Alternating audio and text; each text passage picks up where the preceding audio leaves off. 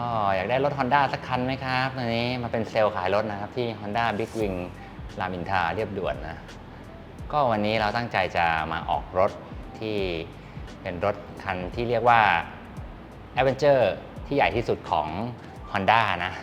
ก็จะเป็นคันไหนไปไม่ได้นอกจาก Africa Twin เห็นจอดอยู่ตรงนู้นนะเดินไปดูหน่อย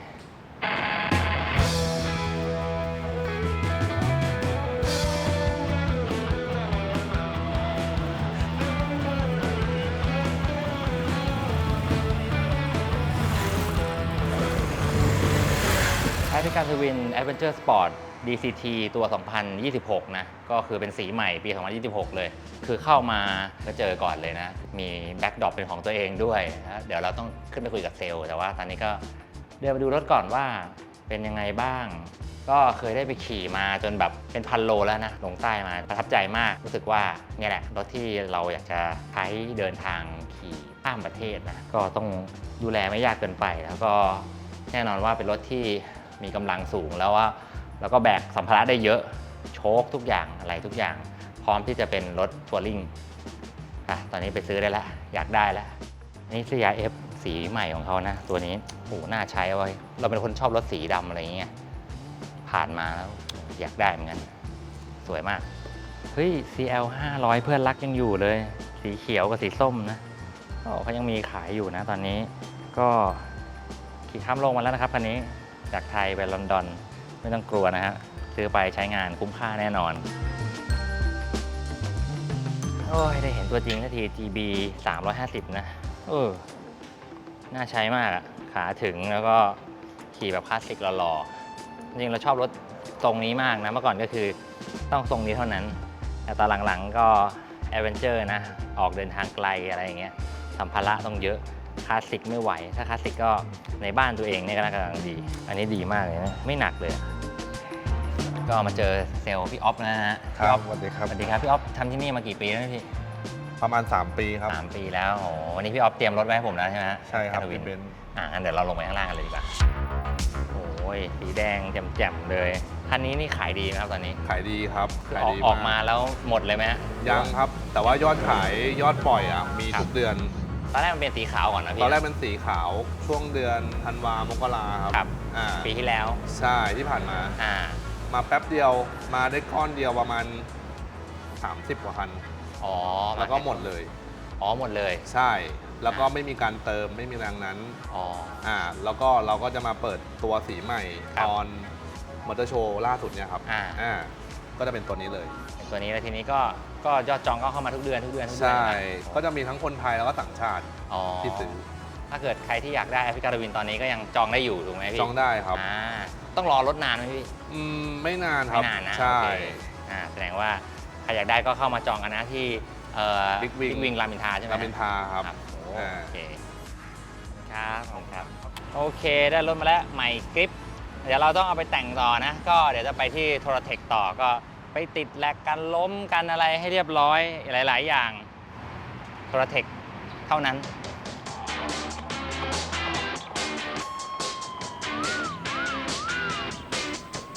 ตอนนี้เรามาถึงที่โทรเทคแล้วนะก็เดี๋ยวต้องมาติดกันล้มกันพวกใส่ปี๊บอะไรอีกหลายๆจุดเลยคือความจริงหลายชิ้นมากเดี๋ยวพอ before และ after ให้ดูว่าจะเปลี่ยนอะไรบ้างทำเรื่อง before ก็ได้นะครับ before ขี่แล้วเป็นยังไงยางเอาออกได้ใช่ไหมป้องกันโซ่ก็เลยติดเสริมเข้าไปอีกแล้วไม่ฮะก็อันนี้เปลี่ยนเลยให้เป็นเหล็กครับมันจะเป็นอลูมิเนียมนะผสมสแตนเลสนะครับสแตนเลสเป็นตัวรับแต่อลูมิเนียมเนี่ยมันทำให้ตัวชิ้นงานมันเบาออกมาหน่อยแต่ว่ามันอยู่ในจุดที่ยังไม่ได้รับน้ำหนักผมได้รับคำแนะนำจากพี่พีระเจ้าของโทรเทคที่หลายคนรู้จักบุคคลที่ให้ผมยืมใช้รถแอฟริกาทวินมาก่อน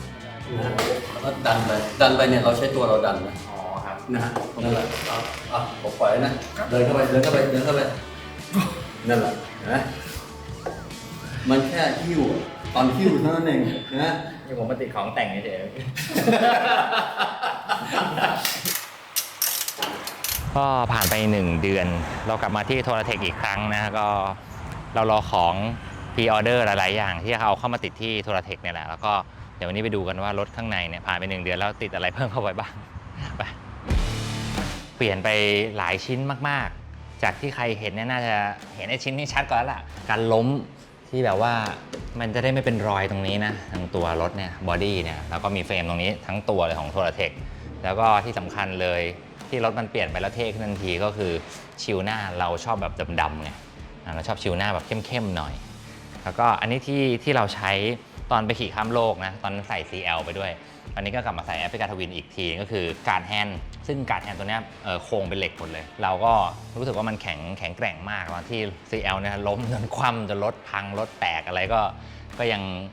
อยู่มาจนถึงทุกวันนี้นะก็มั่นใจกว่าเพราะว่าเดี๋ยวต้องเอาไปเดินทางไกลก็ใช้ตัวนี้แหละแล้วก็มี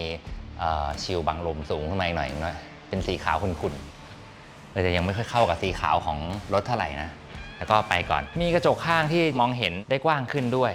ด้านหนึ่งนะเอาไปทดลองก่อนแล้วก็อกล่างเนี่ยเรายังใช้ของ Honda เหมือนเดิมเพราะเขาทำมาดีอยู่แล้วแล้วก็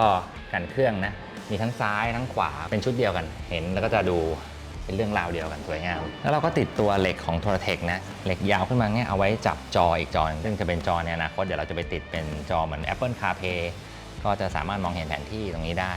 ตัวที่ทำให้แฮนด์สูงขึ้นนะก็ยกแฮนด์ขึ้นมา1ชิ้นทำให้เวลาเรายืนขี่เนี่ยจะยืนขี่ได้สะดวกมากขึ้นขอพูดถึงเรื่องยางนิดนึงเราก็เปลี่ยนมาเป็นยางกึ่ง Enduro นะเพราะว่าน่าจะไปทาง Enduro พอสมควรแหละเพราะต้องเจอดินเจอทรายแล้วก็ใช้ Pirelli Scorpion Rally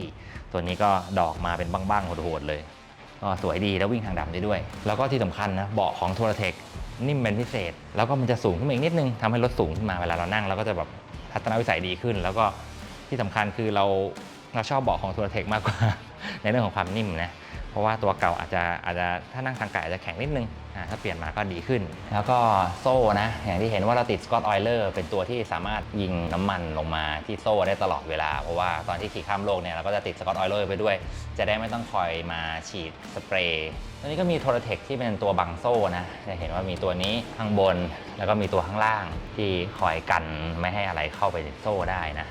แล้วก็ถ้ามองจากมุมนี้ก็จะมีนี่ด้วยตีนเป็ดที่เป็นของ Touratech ตัวหนึ่งโอเคถ้ามองจากมุมนี้เราก็จะเห็นว่าตรงนี้เป็นพลาสติกนะ Touratech เขาก็ทำอีกตัวหนึ่งขึ้นมาครอบเป็นเหล็กอีกชิ้นหนึ่งมาบังไม่ให้มันแบบสมมติว่าเราเกิดล้มไปโดนตรงมุมนี้พลาสติกจะได้ไม่แตกได้เจอเหล็กเข้าไปก่อนเต็มๆอันนี้คือชอบมากๆนี่คือเบรกเท้านะคือเป็นแข็งแรงเป็นเหล็กทั้งชิ้นนะแล้วก็เป็นเขี้ยวให้เราเหยียบลงไปง่ายๆแล้วตัวนี้มีตัวจิ๋วๆอยู่ก็คือมี cover การกระปุกน้ำมันเบรกนะของ Touratech อีกชิ้นหนึ่งที่ติดเพิ่มเข้าไปโหจริงๆติดเพิ่มเยอะมากๆคืออะไรที่เป็นของแต่ง Touratech เนี่ยก็เราก็ใช้เพราะว่ามันแข็งแรงแล้วก็เราต้องไปผจญภัยเยอะมันอาจจะต้องล้มอะไรต่างๆโดยเฉพาะปี๊บนี่แหละปี๊บ Touratech เราก็จะใช้ตัว Sega Pro นะเรียกว่าแข็งแรงแล้วก็ข้างในเนี่ยถ้าเป็นอะไรมาเนี่ยมันจะเป็นแมคานิกที่แบบง่ายๆที่เราหมุนออกง่ายๆเปิดปิดดึงออกได้ไม่ยากไม่ได้เป็นระบบแบบที่ซับซ้อนอะไรเนี่ยก็จะหมุนออกมาแล้วก็หมุนวงกลมนี่ออกมาอีกทีหนึ่งแล้วก็ทำสองข้างปุ๊บก็สามารถเอาปี๊บออกมาได้นะแต่ไม่ต้องมีระบบอะไรมากมายถ้ามันเป็นอะไรขึ้นมาเนี่ยเรายังหาตัวแทนอย่างอื่นที่หมุนเข้าไปใส่แทนได้ก็เรียกว่าทั้งแข็งแรงด้วยแล้วก็ไม่ล้ำสมัยจนเกินไปจนทำให้เราหาของมาใส่แทนไม่ได้ถ้าเกิดมันพังปี๊บทั้ง3ใบนะแล้วก็จะมีปี๊บด้านข้างแล้วก็ด้านข้างอีกตัวหนึ่งที่เล็กหน่อยเพราะว่าต้องหลบท่อนะแล้วก็มีปี๊บหลังที่เราจะใส่กล้องลงไปอย่างที่รู้กันแล้วถ้าเกิดวิ่งไม่ไกลมากเนี่ยเราจะใช้กระเป๋าตัวอ่อนๆแบบนี้ไม่ต้องใช้ปี๊บก็ได้วิ่งในไทยหรืออะไรเงี้ยไม่ต้องกลัวโดนขโมยของเนี่ยก็ใช้แบบนี้ดีกว่าติดเข้าไปแทนปี๊บเนาะซึ่งมันก็จะเรียกว่าง่ายกว่า waterproof แล้วก็เรียกว่าเวลาล้มเนี่ยปี๊บไม่ต้องบุบ ในช่วงฝึกขี่ในบ้านเรานะเพราะว่าบางทีทำปี๊บบุบก็ต้องไปเคาะปี๊บอะไรเงี้ยก็ตอนนี้ก็ให้ปี๊บได้สวยๆไปก่อนแต่ว่าเดี๋ยวเราจะไปทำสีกันก็คือพอไปทำสีเนี่ยก็ต้องทำสีทั้งปี๊บด้วยเลยฉะนั้นวันนี้จะต้องขี่ไปทั้งหมดพร้อมปี๊บทั้ง3ใบนี่แหละแล้วก็ทำสีเสร็จแล้วเราค่อยกลับมา Touratech ต่อหรือว่าต้องกลับไปติดอะไรต่อตรงไหนเดี๋ยวค่อยว่ากันก็เดี๋ยวเราเตรียมตัวเดินทางไปที่ฮักสติ๊กเกอร์นะซึ่งเป็นสถานที่ที่จะทำสีให้เราในครั้งนี้เพื่อที่จะเปลี่ยนจากแดงเป็นดำแต่จะดำยังไงเดี๋ยวมาดูว่าเขาจะออกแบบให้เรายังไงเราก็มีพูดคุยกับเขาไว้คร่าวๆแล้วแหละว่าลวดลายจะประมาณนี้นะไม่ฉูดฉาดเราอยากได้รถเรียบๆแหละแต่ว่าอย่างน้อยก็ยังเป็นโทนที่เราใช้อยู่ก็เตรียมตัวเดินทางไปฮักสติ๊กเกอร์เลยโอเคมาถึงฮักคัสตอมแล้วนะกรุงเทพนี่แบบร้อนสุดๆ มากี่ทีก็ไม่ชินชื่อเป็นฮักคัสตอมใช่ไหมฮะเป็นฮักคัสตอมแต่ว่าด้วยความที่เราดูในเทียพี่จะมีคำว่า BKK เข้าไปด้วยฮักคัสตอม BKK ใช่ฮะคือมันรู้จะเรียกฮักคัสตอมฮักสติ๊กเกอร์หรือเพราะว่ามีอยู่2สาขาที่หลักๆอยู่ที่อีสานคือขอนแก่นจะเป็นสาขาใหญ่เป็นสำนักงานใหญ่ครับใช่แล้วอย่างเราคุยกันเรื่องแบบไว้แล้วแหละประมาณนึงทีนี้พอเอารถเข้ามาเริ่มแรกเนี่ยครับต้องทำอะไรก่อนครับพี่ก็ขั้นตอนแรกก็จะเป็นการตรวจเช็ครถเหมือนเอารถมาใช้บริการเลยพี่ก็คือเราก็จะตรวจสภาพแบตเตอรี่ระบบไฟต่างๆเครื่องยนต์ต่างๆว่ามีอะไรผิดปกติไหมหรือว่าถ้ารถผ่านการใช้งานมามันจะมีพวกรอยขนแมวหรือว่ารอยที่แฟริ่งแบบนี่คิดก่อนละมันจะเซฟไว้ก่อนที่ตัวผมมีคำถามอย่างนึงคือตอนนี้รถมันเป็นสีแดงแป๊ดเลยใช่ไหมข้างหน้าทีนี้สมมติว่าเราติดเราจะไปในโทนดำเนี่ยเวลาติดมันจะไม่เห็นแบบเห็นแดงโผล่มาครับเดี๋ยวคืออย่างนี้ก็ได้ครับก็คือรูปแบบของสติ๊กเกอร์ของทางห้างจะมี2แบบให้ลูกค้าตัดสินใจครับก็อีกอย่างหนึ่งก็คือจะเป็นแบบงานแรปก็คือจะหุ้มปิดสีทั้งหมดก็อันนี้ก็คือจากรถสีแดงถ้าเราจะเปลี่ยนเป็นสีดำมันก็จะกลายเป็นรถสีดำแบบฟูทั้งคันไม่เห็นสีแดงฟูแต่อีกงานหนึ่งที่ทางฮักที่เขาเรียกว่าอะไรเหมือนเป็นจุดเด่นเลยมันที่เป็นชุดคิดอันนี้มันจะเป็นสีเดิมเพราะว่าด้วยความที่เราทำโปรดักต์นี้ขายไปต่างประเทศมันเลยจำเป็นต้องทำแบบเป็นชุดพาร์ทที่เป็นสติ๊กเกอร์แบบเป็นชิ้นเพื่อให้คนที่ซื้อไปแล้วติดตั้งได้ง่ายเวลาเราจะเซอร์วิสเคมเวลาจะเปลี่ยน1ชิ้นนี่คือมันต้องเปลี่ยนทั้งเซ็ตเหมือนว่าอย่างพี่หุ้มถังถ้าพี่ล้มมาฝั่งขวาแต่ชิ้นงานมันเป็นชิ้นเดียวหรือชิ้นใหญ่เราต้องเปลี่ยนทั้งเซ็ตทั้งที่ว่าฝั่งนี้ไม่มีรอยใช่แต่ถ้าเป็นพาร์ทชิ้นนี้เสียนี่เราผลิตแค่ชิ้นนี้แล้วติดชิ้นนี้ได้มันไม่มีความต่างกันมันระยะเวลาในการทำแจ้งไว้ว่าประมาณ10-12 วันถูกไหมก็หนึ่งเลยก็คือรถรุ่นนี้ครับผมยังไม่มีสเกลสำหรับพาร์ทที่ตรงรุ่นเพราะฉะนั้นคือผมต้องขึ้นแบบจาก 3D ให้เป็น 2D ก่อนงั้นก็แค่ชิ้นนี้แหละที่เป็นสีแดงเนี่ยเปลี่ยนให้เป็นดำแต่ตรงอื่นผมไม่ติดเลยได้ครับนี่ดีกว่าเนาะได้ครับก็2 อาทิตย์เดี๋ยวมาเจอกันใหม่นะตรงนี้ว่าเขาจะทำยังไงแล้วสีออกมาเป็นยังไงตอนนี้ก็ทิ้งไว้ก่อนแล้วเดี๋ยวค่อยกลับมาใหม่3 อาทิตย์ผ่านไปกลับมาที่ฮักคัสตอม BKK อีกรอบหนึ่งนะก็21 วันได้รอบนี้อาจจะทำนานนิดนึงเพราะว่าเขามีแบบแก้แบบอะไรนิดหน่อยด้วยว่าตรงไหนจะติดอะไรยังไงก็กลับมาดูกันว่ารถของเราเสร็จสมบูรณ์หรือยังตอนนี้หนวนกำลังประกอบแคชบาร์คืนไปแล้วก็น่าจะกำลังใกล้เสร็จแล้วล่ะเข้าไปดูข้างในโอ้โหรถแบบว่าจำไม่ได้ครับจะบอกว่าคือเห็นครั้งแรกคือเราชอบยังไม่ต้องพูดอะไรเลยคือชอบเลยคือมันสวยมากครับแบบว่าอยากจะพูดแบบน้องเอเดนเลยมันสวยมากว้าวเลยพี่แบบนั้นเลยคือแบบว่าเราเคยเห็นในแบบที่พี่ออกแบบมาแล้วเนาะเราก็รู้สึกว่าเราชอบแล้วล่ะแต่เรายังไม่เห็นกันแบบเป็นคันบนรถจริงใช่ไหมแล้วแบบโอ้โหเปิดไฟมาอะไรทุกอย่างมันใช่เลยเพราะเราแต่งตัวก็เสื้อดำหมวกดำกางเกงดำอะไรเงี้ยคุมโทนความจริงสีแดงเขาก็สวยแหละแต่ว่าเราแต่งตัวแบบเรามีความแฟชั่นแล้วก็ต้องแบบทางฮักก็ออกแบบให้แบบว่าให้เขาเป็นคนคิดเลยว่าแบบช่วยดีไซน์ให้หน่อยว่าเป็นแบบไหนโทนขาวดำขอมีลวดลายแต่ว่าไม่มากเกินไม่อะไรเกินคือมันแบบสวยมากประทับใจมากอันนี้จริงๆเลยครับจากใจเลยครับก็จริงๆตั้งแต่เรื่องดีไซน์แล้วพี่อันนี้ก็คุยกันก็อย่างที่พี่เบนบอกว่าอยากให้มันเข้ากับตัวพี่เบนเราก็ไปดูไปเสพไปเห็นว่าพี่เบนแต่งตัวในการไลฟ์สไตล์อะไรอย่างเงี้ยเราก็เอาลูกเล่นมาใส่สไตล์เรียบๆแต่ดูแล้วมีอะไรดีไซน์ก็จะเล่นเป็นกราฟิกแต่ว่าไม่ได้ดูจนเยอะไปมีขาวดำนะครับที่เป็นสีหลักๆไม่ให้ขาดเลยก็คือคำว่าแอฟริกาทบินอันนี้เป็นชื่อรุ่นตัดออกไปเดี๋ยวมันจะดูไม่ลงตัวใช่ครับจะกลัวไปเสพพี่เบนซ์มาแต่ไม่เขียนแอฟริกาทวินเขียนว่าบางครั้งนี่ยุ่งผมก็ว่าอยู่เราเสริมตัวเคลือบของสติ๊กเกอร์ไปโดยที่ว่าเราเอาตัวฟิล์มฮักชิลของฮักที่คิดค้นออกมาแล้วก็เอามาเสริมเพื่อให้มันตอบโจทย์การใช้งานแบบสายลุยๆพี่คือถ้าสติ๊กเกอร์พูดถึงสติ๊กเกอร์ถ้าสติ๊กเกอร์ทั่วไปความหนามันก็ไม่ถึง1 มิลแต่พอเราเคลือบตัวชั้นกันรอยตัวนี้เข้าไปครับมันก็1.5 มิลความหนาก็คือ3 เท่ามันหนามันมีฟิล์มที่หนาใช่ครับแล้วเวลาพี่เบนซ์ขี่ใช้งานจริงโดนรองเท้าหรือว่าโดนอะไรซิปเสื้อหรืออะไรเงี้ยเข็มขัดอะไรเงี้ยตรงนี้ก็สบายกันรอยได้สบายเลยผมขอลองนั่งหน่อยนะได้ครับ เหมือนเวลาพี่จะขึ้นมันจะโดนพวก บางทีเรา ของ เตะ แต่ง โดน ใช่ ใช่ไหม ใช่มันจะโดนตรงนี้ โอ้โห เข้ากับลูกพี่เบนซ์มาก ครับผมมาดำๆอย่างเงี้ยนะ แล้วก็แบบของมันต้องอย่างเงี้ย ใช่ครับ แล้วอันนี้ขอข้ามไปเรื่องราคาหน่อยได้ไหมครับมัน โอเค อยากได้ทั้งคัน ดังนั้นนะครับ งานดีเทลออกแบบให้ด้วยแล้วแต่มีปี๊บอีก3ใบเนี่ย ครับมีราคาตั้งแต่เริ่มต้น10,000 กว่าบาท ครับ แต่ถ้าเป็นงานแรปแบบของพี่เบนซ์แล้วแต่งลาย3กระเป๋าอีก3ใบแบบนี้ก็ เต็มระบบ 25,000 25,000 ไม่ได้แพงเลยนะ ใช่ กับการ ใช่ ทำแบบหนักขนาดนี้รื้อทั้งคันอ่ะ จริงๆก็ ครับ 25,000ถ้าเทียบกับการใช้งานจริง 5 ปี ผมว่ามันก็คุ้ม แล้วเราได้แบบดีไซน์ใหม่แล้วไม่ 5 ปีเลยเหรอพี่ไอสีนี้คืออยู่ ใช่อยู่ได้ 5 ปี คือผมไม่ได้ไปทำคว่ำพิลึกอะไรก็คือ 5 ปีแน่นอน ใช่ครับ แต่ผมคว่ำแน่นอน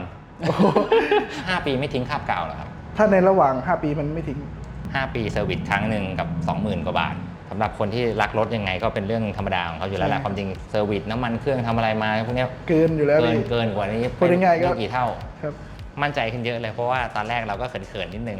เราไม่ค่อยขับรถเป็นมีสีเท่าไหร่ครับ อ๋อ แล้วเป็นโรคจิตด้วย ครับ รถที่ซื้อมาทุกคันก็คือคัสตอมหมดแต่งหมด ครับ แต่คันนี้ไม่อยากคัสตอมอยากได้แบบเดิมๆของเขาแต่ว่าอย่างน้อยเราแค่แรปสีแล้วกัน ครับ อืม ก็ได้ฟิลเป็นคัสตอมเหมือนกันแต่คัสตอมแบบชุดสี ครับ มันคัสตอมแบบเราไม่มีใครเหมือนเราอะ ใช่ใช่พี่ เราได้อันนี้ ถ้าพี่เบนซ์ไม่เคยติดสติ๊กเกอร์มาก่อน ก็สิ่งแรกที่ต้องระวังเลยก็คือตอนล้างรถหรือตอนเช็ดรถ ครับ เพราะว่าสติ๊กเกอร์มันจะมีพวกขอบ มีมุม ของน อะไรเงี้ยพี่ ครับ เราก็ตอนเช็ดก็อาจจะต้องระวังในการเช็ดผ้าอาจจะไม่ต้องแบบถูแรงมาก หรือมุมในการเช็ดก็คือ เช็ดไปตามขอบของลาย อย่าไปงัดข้อต่อมัน ใช่ใช่ ใช่ไหมฮะ ใช่ครับ อ่า แล้วก็ตอนล้างอาฉีดก็สำคัญเหมือนเวลา ทุกวันนี้เราใช้แรงดันสูงใช่ไหม ครับ ถ้าเราจี้ตามขอบก็มีโอกาสที่ขอบสติ๊กเกอร์มันจะใช่ ครับ แต่ พี่ ถ้า ก็ให้ ระ กา วั ว ง ผมมาแล้ว ผมแถมไปแล้ว แต่มันไม่ได้หลุดง่ายขนาดนั้น ไม่ มันไม่ได้หลุดง่ายแต่ว่าคืออะไรที่มันเป็นการอัดแรงดันสูง ก็อย่าไปจ่อก็พอบางทีเขาล้างรถคนรักรถจริงๆเขาก็ไม่จ่ออยู่แล้วเขาก็ต้องครับ ห่างออกมาหน่อยยิงโฟมยิงอะไรแค่ล้าง ใช่ น้ำเฉยๆแล้วก็เช็ดขัดไปอย่างนี้ใช่ไหมครับ ใช่ครับ เดี๋ยวต่อไปก็พอดีป้ายทะเบียนเพิ่งได้ไปเดี๋ยวจะขี่ไปที่ Honda Big Wing เรียบด่วนเนี่ยรามอินทราไปติดป้ายทะเบียนซะจะได้พร้อมออกทริปเลย แล้วก็หลังจากนี้ก็จะได้ออกทริปจริงๆสักที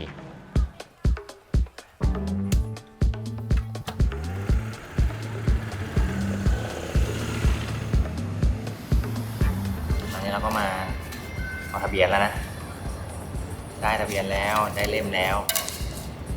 เขียวเดี๋ยวแค่เอาลงไปติด ต้องเบลอไว้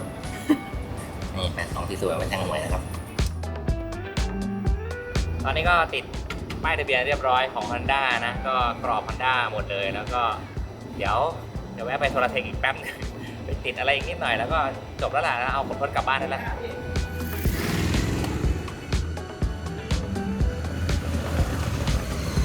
แวะโทรเทคแป๊บนึงแล้วก็ เปลี่ยนกระจกข้างให้เป็นโทรเทคทั้งสองข้างนะแล้วก็เดี๋ยวขี่กลับนี่แวะขากลับผ่านโทรเทคพอดีก็ให้ดูความเรียบร้อยของชิ้นงานอะไรด้วยว่าเรียบร้อยไหมรถแอฟริกาทวินเกือบจะเสร็จสมบูรณ์ทุกอย่างแล้วได้เวลาที่จะเดินทางไปยังด่านสุดท้ายกับมหกรรมการแต่งรถที่ยาวนาน ก็จากกรุงเทพนะเมื่อวานวันนี้วันถัดมาแล้วเราอยู่บางแสนกันกลับมาบ้านผมบ้านอยู่บางแสนแล้วบ้านก็อยู่ใกล้กับร้าน JP Rider มากเลยแต่ต้องบอกว่า JP Rider เนี่ยเป็นร้านสุดท้ายแล้วที่เราจะแต่งกันวันนี้ก็คือมีของแต่ง accessory อีกนิดหน่อยที่ต้องแต่งนะแต่ความจริงเมื่อก่อนเขาอยู่กรุงเทพเราก็ไปร้านเขาตลอดนะคือสินค้าเขามีให้เลือกค่อนข้างเยอะก็อาจจะมีพวก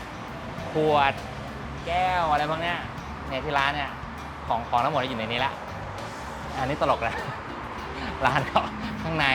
ก็มีหลายอย่างเดี๋ยวเข้าไปดูเดี๋ยวไปถามพี่อันว่ามีอะไรบ้างเข้ามาใน JP Rider สาขาบางแสนแล้วคือ JP Rider นี่มีตั้งแต่สาขาอะไรบ้างนะพี่อัน ตอนแรกกำเนิดที่พัทยา แล้วก็ย้ายไปกรุงเทพปัจจุบันนี้คืออยู่บางแสนที่เดียว แต่ว่าผมอะไปติดตั้งให้ลูกค้าทั่วประเทศเลย แล้วแต่ใครจะให้ไปติดก็ไป คือไปกรุงเทพด้วยไปอะไรอย่างนี้ ไปหมดเลยไปกรุงเทพไปต่างจังหวัดอะไปหมด ล่าสุดก็ไปเชียงใหม่มา อ๋อนึกว่าพี่ไปเที่ยว ไม่ใช่ ทำงานเหรอ ไปทำงานจะขี่รถไปนะขี่มอเตอร์ไซค์ไป อ๋อ แล้วก็แบบชอบขี่รถไง ก็คือได้เหมือนเป็นข้ออ้างในการที่เราจะ เฮ้ ได้ ยอย่าพูดอย่างนั้นพี่ อันนี้ทำอะไรนะพี่ ติดจอ ติด อัน จ นี้ อ เราติด นี่ จอไปได้ไหมเดี๋ยวเราจะติด อ๋อ ตัวกล้อง เดี๋ยวมาดูนี่ อ่า ก็คือเป็นแบรนด์ HFK เหมือนเดิมที่เคยติดตัว ที่เคยติดGS ก็อันนี้ก็เป็นกล้องที่เราเคยเห็นหน้าเรามุมหนึ่งแล้วก็เห็นถนนมุมหนึ่งอย่างนี้นะ คือป พี่ ก เนาะ ติเขาจะติดหน้าหลัง อ๋อไม่เอาหน้าตัวเองหรอก แต่แล้วแต่เรา อ๋อ อยู่ที่เราดีไซน์ แต่พี่รถพี่ก็ติดหน้าตัวเองปะ ใช่ใช่ เผื่ ติด อ หน้า เรา ตัวเองแล้วก็ติดแบบมุมหลังเห็นเราขี่อะไรอย่างเงี้ย อ๋อ แต่ของเบนซ์ก็คือจะติดแค่ตรงข้างหน้าแล้วก็ข้างหลังไม่เอาแล้ว ไม่เอา ติดมุมนี้ ถ้ามีรถมาชนท้ายเราจริงๆอ่ะเห็นหน้าเรามันก็เห็น ยัง รถ เห็น ท้ายอยู่ ยัง ดี เห็นอยู่เห็นเหตุการณ์ว่าเอ้ยเราไม่ติด หรือเปล่า แต่มอเตอร์ไซค์ส่วนใหญ่ไม่ค่อยเจอชนช้าหรอกเพราะว่าเราขี่ ใช่ เราขี่กันแบบหลบได้อะไรเงี้ยข้างหน้ามากกว่า ข้างหน้ามากกว่า เบียดไม่ทัน ชนใช่ จอที่เราติดตัวเนี้ยคือ HFK เนี่ยมันดียังไงตัวเนี้ยเราถึงต้องใช้ตัวนี้กัน สำหรับเบนซ์แล้วผมต้องเน้นว่าต้องใช้ของที่มันทนมือคน เอ้า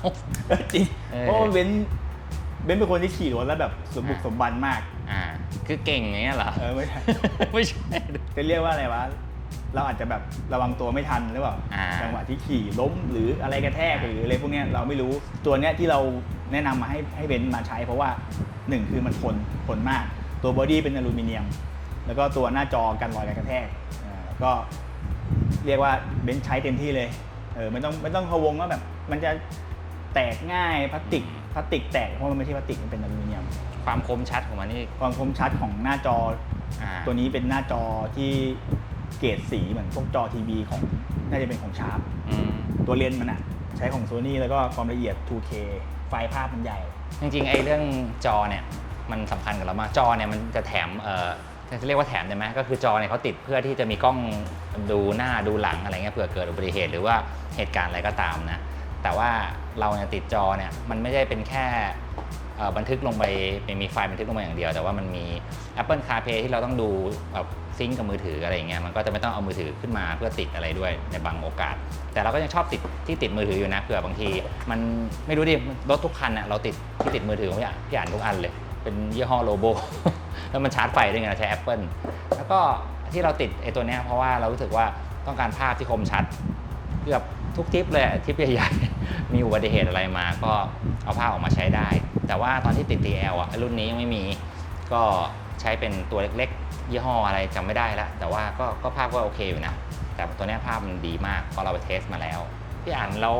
ไฟเนี่ยรอบนี้พี่อั๋นแนะนำตัวไหนเป็นนะ ก็เป็นตัวที่ผมเพิ่งเอาเข้ามาใหม่เลยนะล่าสุดยี่ห้อเฟเลยี่ห้อนี้เขาผลิตอยู่ที่จีนแต่คือเขาไม่เคยส่งออกแต่เขาขายดีที่จีนมากเลยบอดี้เป็นอลูมิเนียม CNC ทั้งหมดเลยมันจะเรื่องของความทนอีกแหละเพราะว่าเบนซ์ต้องทนทานถนนนะเหมือนที่เบนซ์ใช้โทรเทคมันก็ต้องทนใช่ไหมก็เลยเลือกเกรดที่มันแบบว่าดีแล้วก็ทนเรื่องของการรับประกันก็2 ปีตอนนี้แต่งเสร็จแล้วใส่ไฟใส่จอใส่ที่ติดมือถือเรียบร้อยแล้วก็เดี๋ยวไปลองเทสเลยดีกว่าว่าหน้าตารถของเราเต็มสูบแล้วเวลาขี่เป็นไงบ้าง